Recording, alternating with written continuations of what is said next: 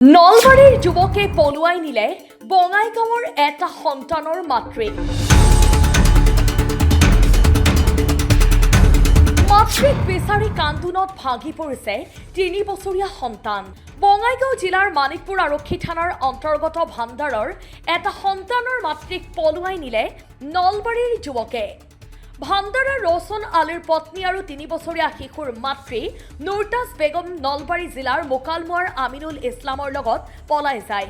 পলাই যোৱাৰ সময়ত নগদ ধনৰ লগতে সোণৰ ৰূপৰ আ-অলংকাৰ লৈ যায় বুলি জানিবলৈ দিয়ে।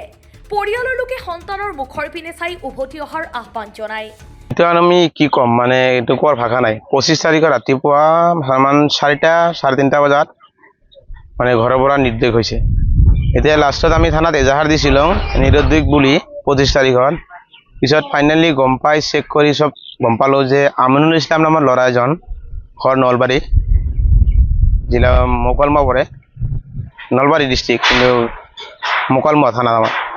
তাৰ লগত যাওঁ বুলি গম পাইছোঁ, কিন্তু আৰক্ষী মহোদয়ক এতিয়াও অনুৰোধ জনাওঁ যাতে অতি সোনকালে বিচাৰ খোচাৰ কৰি মোৰ পত্নীক যাতে ঘূৰাই দিয়ে, এইটোৱেই চৰকাৰৰ ওচৰত আৰক্ষীৰ ওচৰত নিবেদন।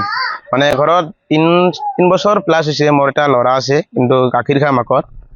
সেইটো তাৰমানে তেওঁ মানে কান্দি থাকে সদায়, মাকৰ কথা মনত পৰে। তাৰ ঘৰত হৈ গৈছে মানে এইকাৰণে মই সকলোৱে ৰাইজক অনুৰোধ জনাইছোঁ যাতে অতি সোনকালে বিচাৰ খোচাৰ কৰি মোৰ পত্নীক ঘূৰাই দিয়ে মোৰ ল'ৰাৰ কাৰণে।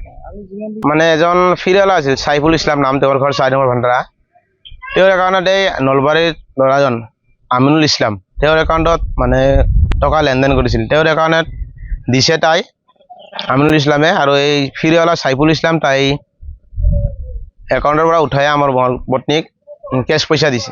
একদিন 19 মাৰ্চত দিছিল 2000 টকা আৰু 10 মে'ত দিছে 11,000 টকা। এইটো আমি কওঁ যে চাইফুলক এইটোৱেই দক, মানে চাইফুলক মই কৈছোঁ যে তোৰ এইটোৱেই দক, মানে তোক থানাত যদি মাতে যাব লাগিব, এইটোৱেই তেওঁৰ অপৰাধ। নাই চাইফুল ক'লে চাইফুলৰ লগত চিনা জানা নাই, কিন্তু চাইফুলক কোনোদিন কলো কৰা নাই। মোৰ পত্নী চাইফুলক ফোন কৰি কৈছে যে মোৰ তোমাৰ একাউণ্টত পইচা দিব, এই পইচাটো উঠাই কিনি মোক দিব পাৰে।